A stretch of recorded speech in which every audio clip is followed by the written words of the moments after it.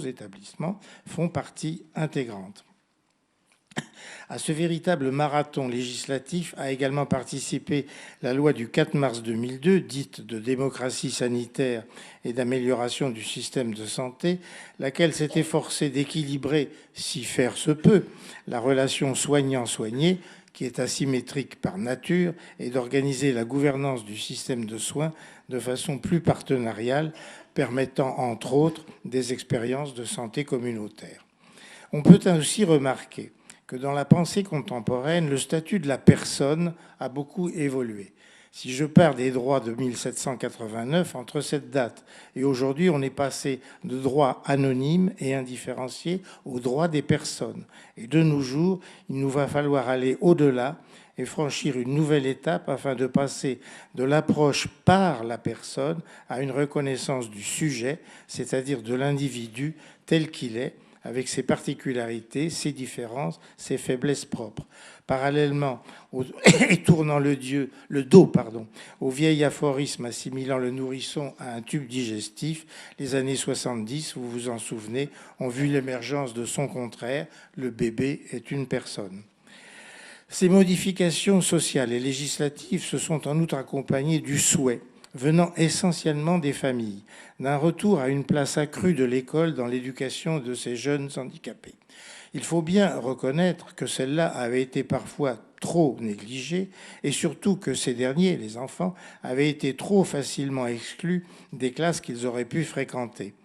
Dans un réajustement positif de cette situation, nous aurions pu espérer que tout le savoir-faire accumulé depuis des décennies dans le secteur médico-social, dans le domaine de l'éducation spéciale, puisse être apporté à l'école à laquelle il avait déjà tant donné.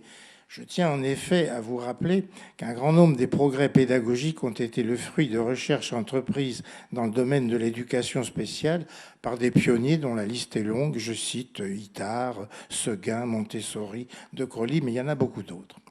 Parallèlement, l'école n'a pas eu les moyens de réaliser l'aggiornamento qu'il lui fallait faire.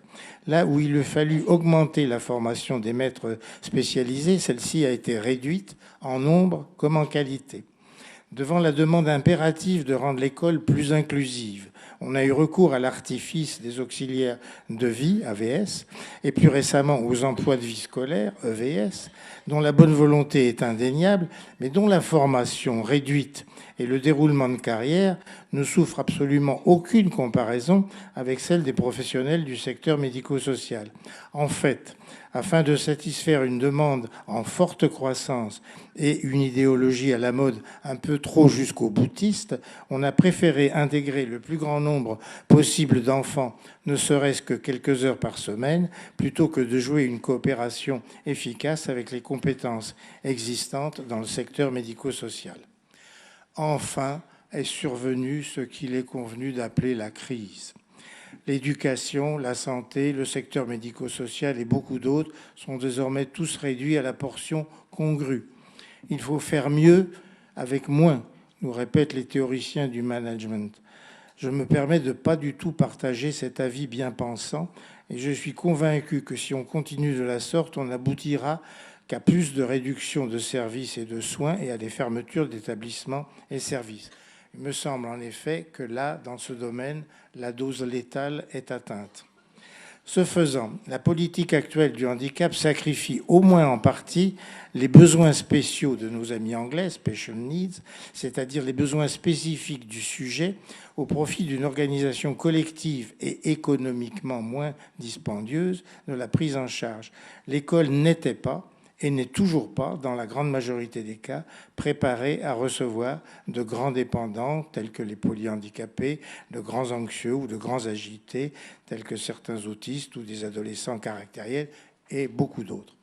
Tout cet ensemble d'aspirations sociales, de modifications législatives et réglementaires, de contraintes économiques, constituent les fondements d'un changement de regard que je voudrais plus positif, certainement celui dont ont finalement besoin aujourd'hui les enfants, les personnes handicapées, les malades chroniques, leurs familles et tout autant les professionnels. Quel est l'état actuel des lieux en effet ? Après ce bref rappel historique, où en sommes-nous ? La mission de soins est toujours inscrite dans l'énoncé même du secteur médico-social, comme dans son acte de baptême, le décret du 9 mars 1956. Ce secteur ne peut donc continuer à se déprofessionnaliser et à abandonner progressivement cette fonction soignante. Il faut même peut-être qu'il la retrouve.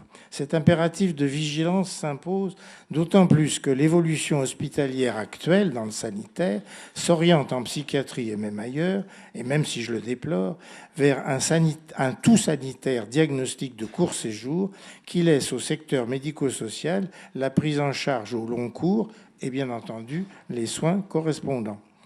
En conséquence de ce qui précède et aussi en raison de motifs économiques évidents, le prix de journée n'est pas le même, le prix de journée ou ce qui lui est équivalent n'est pas le même dans le médico-social que dans le sanitaire. Il est prévisible que de nombreux patients chroniques, éventuellement non ou très peu stabilisés, seront de plus en plus rapidement orientés vers le secteur médico-social. En ce qui concerne les enfants et les adolescents, le besoin d'une éducation de plus en plus sophistiquée et coûteuse, et vous voyez la direction de mon regard vers certaines méthodes éducatives très, très, très coûteuses, alliées à celui de soins qui s'avéreront rapidement peu ou prou indispensables, amèneront, du moins on peut l'espérer, une réévaluation d'une inclusion scolaire trop systématique et d'une prise en compte des besoins spécifiques des plus atteints d'entre ces enfants ou ces adolescents. Il ne faut pas en effet oublier que le secteur médico-social représente plus de la moitié de l'offre de soins en psychiatrie infanto-juvénile. Je ne vous donne pas une liste exhaustive, mais pensez aux CAMS, aux CMPP, aux ITEP, aux IME et à bien d'autres structures. Sauf à créer, et en nombre de nouvelles structures, ce qui à l'heure actuelle me semble très très improbable, il faudra bien passer par les établissements et services de ce secteur pour assurer le dépistage, le diagnostic et le traitement de toutes sortes d'états pathologiques qui compromettent le développement et les apprentissages de nombreux enfants et adolescents. Enfin, et ça c'est écrit sur le bandeau, l'affirmation simpliste que l'institution correspond systématiquement à la nécessité d'un éloignement ou d'un enfermement commence à être sérieusement battue en brèche. On parle désormais de parcours de vie, où l'établissement a toute sa place, exactement comme le domicile, selon l'état de la personne, celui de ses proches, et naturellement en fonction de ses propres désirs. On ne saurait oublier que peu après la fin du dernier conflit mondial, notre société a entièrement reconsidéré les rapports sociaux dans le sens d'une plus grande humanité. C'est bien dans les institutions et dans les hôpitaux psychiatriques que les différents courants de désinstitutionnalisation et de psychothérapie institutionnelle ont pris naissance. Ce n'est que postérieurement que la place des personnes handicapées dans la société a fait l'objet d'une évolution sensible vers l'égalité des droits, c'est très important, et vers une participation accrue à la vie de la cité. Alors, un avenir est-il possible ? Dès lors, les professionnels ne peuvent plus s'inscrire dans une logique de pouvoir, surtout s'il s'agit d'enfants, de tout petits enfants, et a fortiori de personnes âgées dépendantes. Ils ne peuvent plus rester avec eux dans des rapports d'autorité. L'individu isolé, la personne malade, la famille en charge d'un enfant ou d'une personne handicapée méritent les uns comme les autres et en toutes circonstances non seulement de renoncer à l'institutionnalisation aveugle, mais également de pouvoir faire reconnaître leurs besoins spécifiques, particuliers, dénoncer leurs attentes, leurs désirs, leurs projets de vie. L'écoute et la réflexion d'équipe constituent la première des réponses à ces situations. Bien plus, désormais, les professionnels auront à cœur de développer les compétences du sujet et celles de son entourage immédiat, parents, frères et sœurs, grands-parents, aidants, et de passer de la vieille ordonnance ou du conseil à la capacitation des personnes dans un climat de partenariat et d'accompagnement. Plutôt que de prise en charge, l'institution doit aujourd'hui proposer des prises en compte, comme l'a écrit si bien Jean-François Chaussy dans son dernier rapport. Prises en compte répondant aux besoins des enfants, des adolescents et des adultes, ainsi qu'aux attentes des familles. Pour y parvenir, l'institution doit évoluer et se montrer suffisamment imaginative.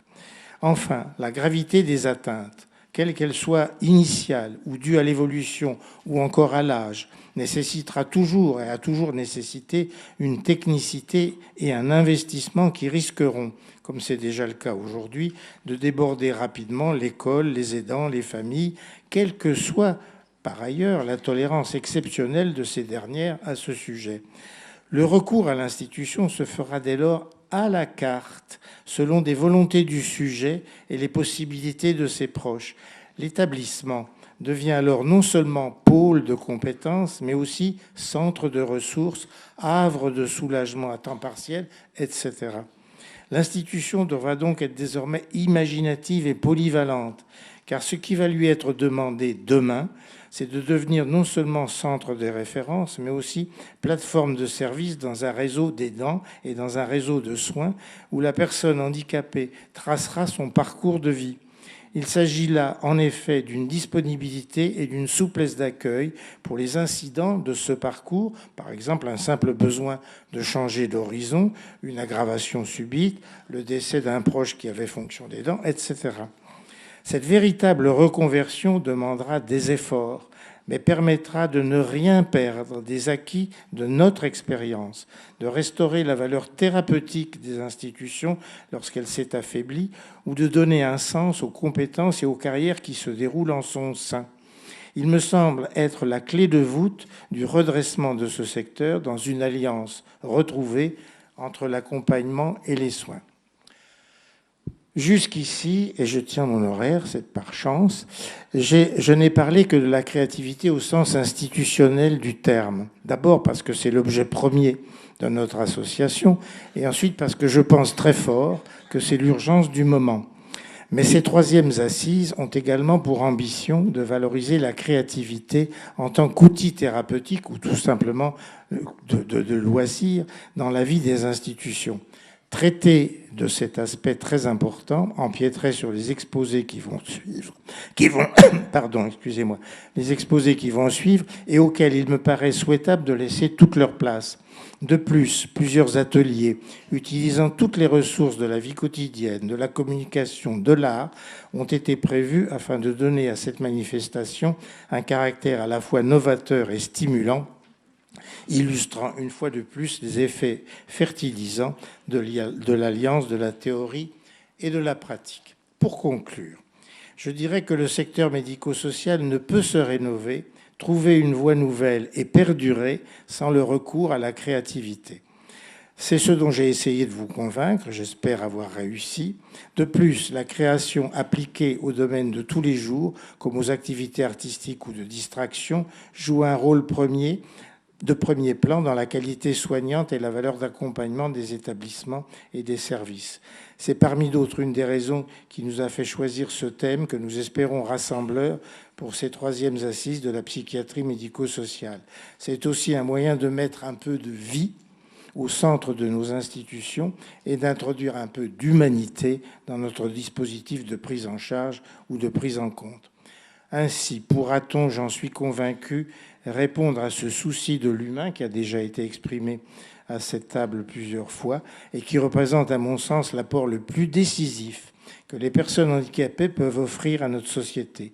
Cet appui sur l'humanité de chacun est la pierre angulaire de toute action de formation et constitue véritablement la raison d'être de l'association scientifique de psychiatrie institutionnelle que vous êtes tous et toutes invités à rejoindre.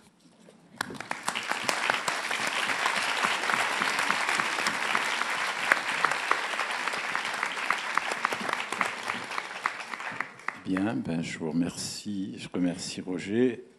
Et peut-être que notre ami René Le Libou pourrait venir, voilà, oui, si tu veux, nous dire un petit peu son projet et les accrochages de ses peintures.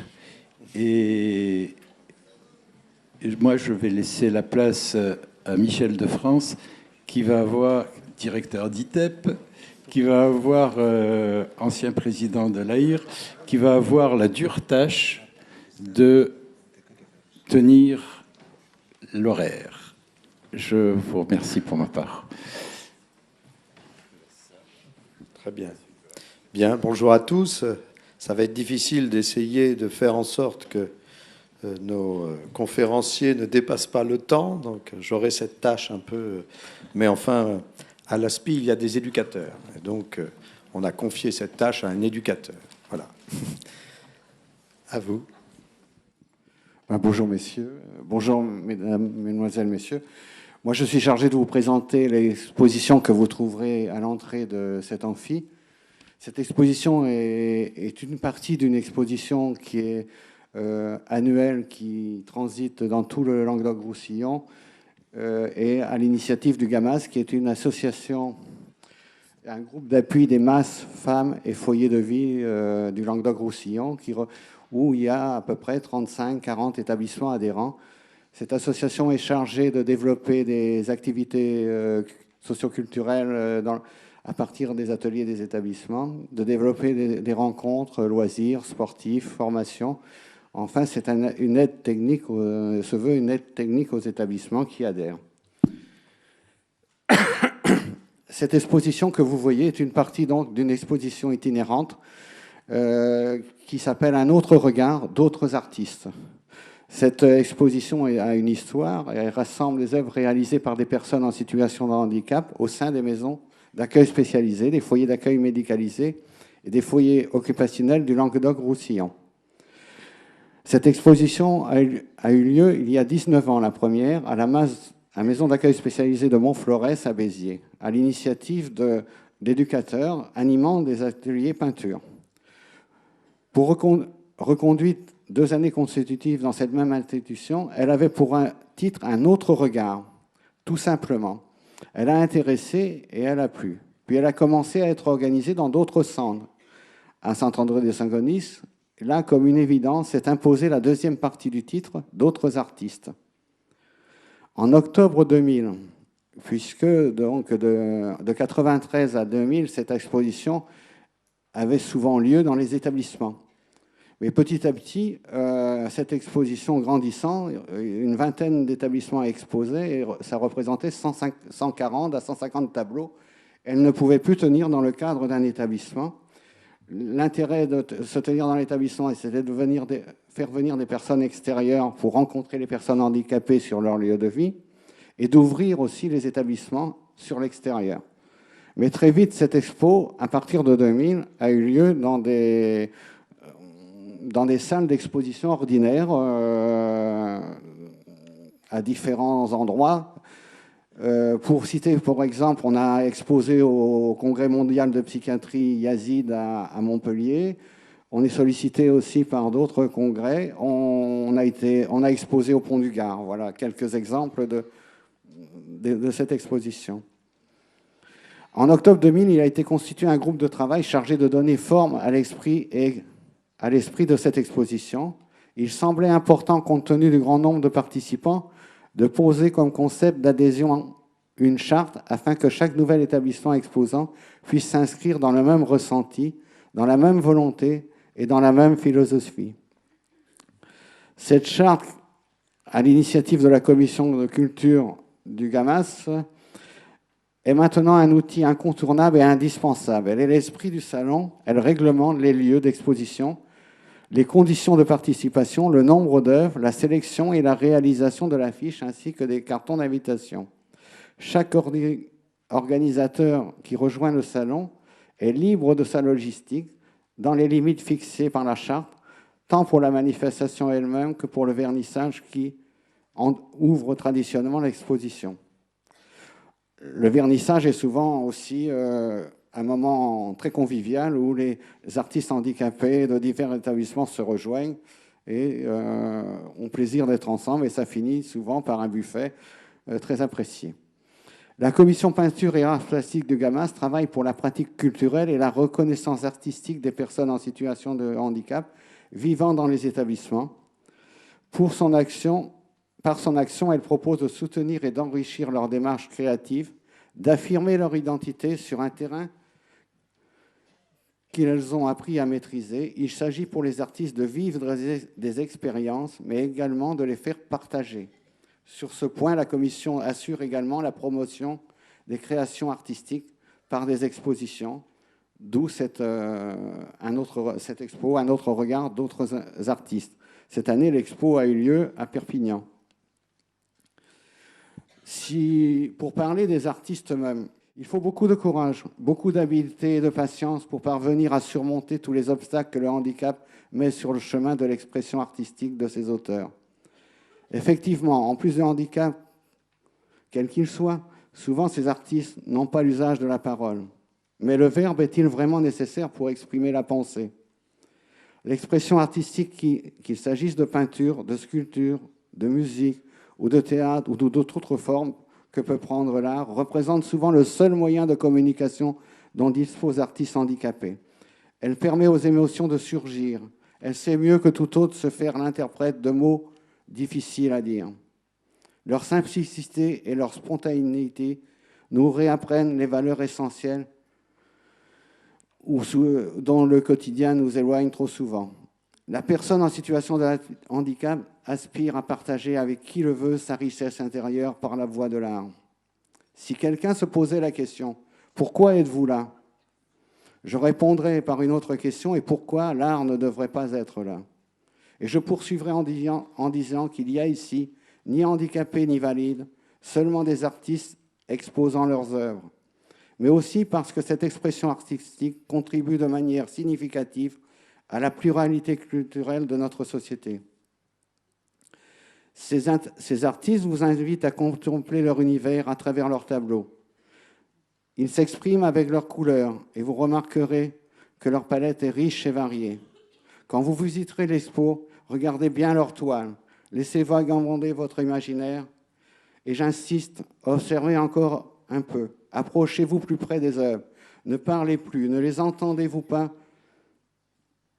et n'hésitez pas, laissez-vous entraîner dans leur univers. À travers leurs œuvres, ils dialoguent avec vous. Ils vous diront leur plaisir d'être là, de passer un moment en votre compagnie dans un lieu aussi étrange. Les artistes qui exposent ici font réellement preuve de créativité et leurs œuvres surprennent par leur richesse et leur capacité émotive. Merci à tous ces artistes. Merci à tous ces artistes qui nous motivent à continuer notre chemin à leur côté et nous nous excusons d'être aussi bavards pour exprimer leur plaisir de contempler leurs œuvres.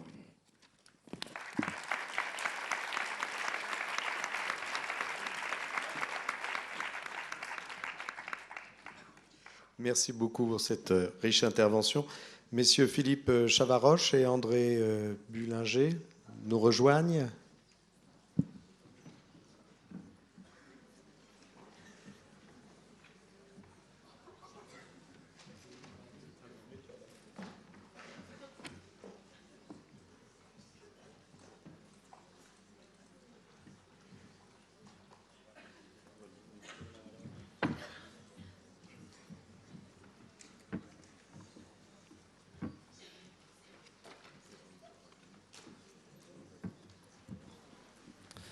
Bien, bonjour, donc Philippe Chavaroche, je suis présenté dans la plaquette comme directeur adjoint du centre de formation de la Fondation John Bost en Dordogne. Je ne le suis plus depuis 1 an, puisque je suis à la retraite, mais je continue bien sûr mes activités de formation et de réflexion sur ce secteur donc, des adultes dits lourdement handicapés, principalement dans les masses et dans les femmes.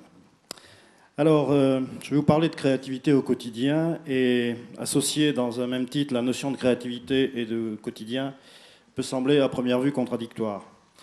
En effet, le quotidien paraît exempt de toute créativité, tant les répétitions qui le structurent se déroulent dans un même ordre immuable, tant ce sont les mêmes gestes qui se succèdent. Cette répétitivité est encore plus prégnante dans les institutions médico-sociales de type maison d'accueil spécialisée, foyer d'accueil médicalisé, où les déficiences mentales profondes, ou les pathologies, souvent de nature autistique et psychotique, figent le temps dans une circularité mortifère, une exigence d'immutabilité.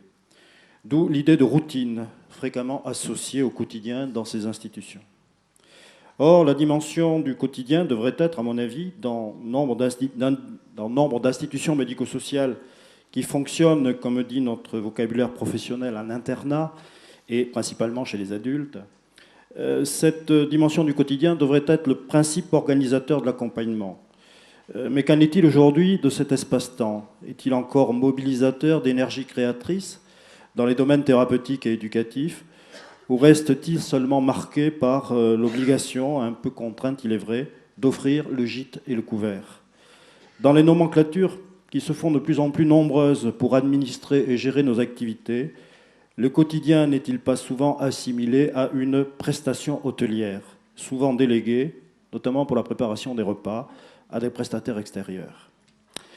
Alors il est vrai qu'il semble parfois un peu l'oublier des projets en tout genre, tant des projets institutionnels que des projets individualisés, où cette dimension de l'accompagnement au quotidien fait rarement l'objet d'une réflexion théorico-clinique et d'hypothèses de travail. On lui préfère bien souvent une longue liste d'activités jugées plus nobles que la trivialité de la vie ordinaire. Il semblerait que la créativité s'exprime uniquement dans les activités. On assiste parfois à des surenchères pour proposer les activités les plus nouvelles, les plus spectaculaires, qui sont souvent fort coûteuses. À propos d'activités, je maintiens, il est vrai un peu à contre-courant, que l'activité la plus intéressante pour moi reste dans bien des cas la promenade. Mais peut-on encore, dans le sillage de Toscaïès, soutenir théoriquement et cliniquement l'apparente banalité de cette activité à des lieux, semble-t-il, des dérives activistes actuelles? Par ailleurs, la vie sociale, dans sa sacro-sainte injonction d'autonomie, est maintenant l'aboutissement ultime de toute prise en charge, comme si l'humain ne se définissait que dans ses relations au monde externe, niant que toute démarche vers le dehors s'étaye et s'articule à un dedans.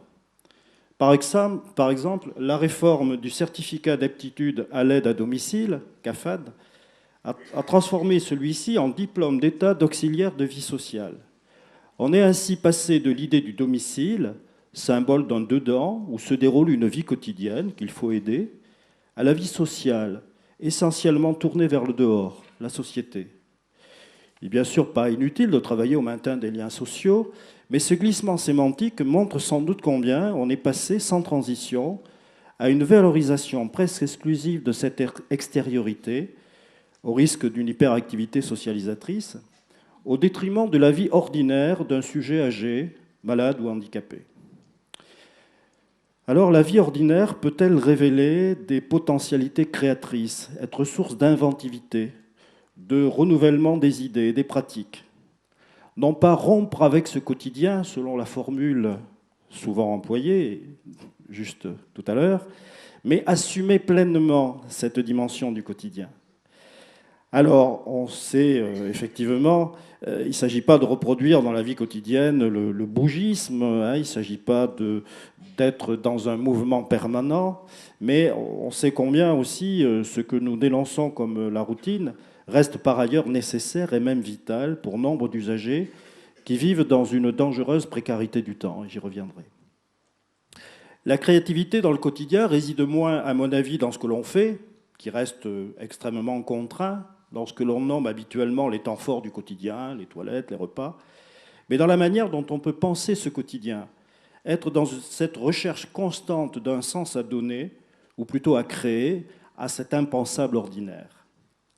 Ce qui se passe chaque jour et qui revient chaque jour, le banal, le quotidien, l'évident, le commun, l'ordinaire, l'infraordinaire, le bruit de fond, l'habituel.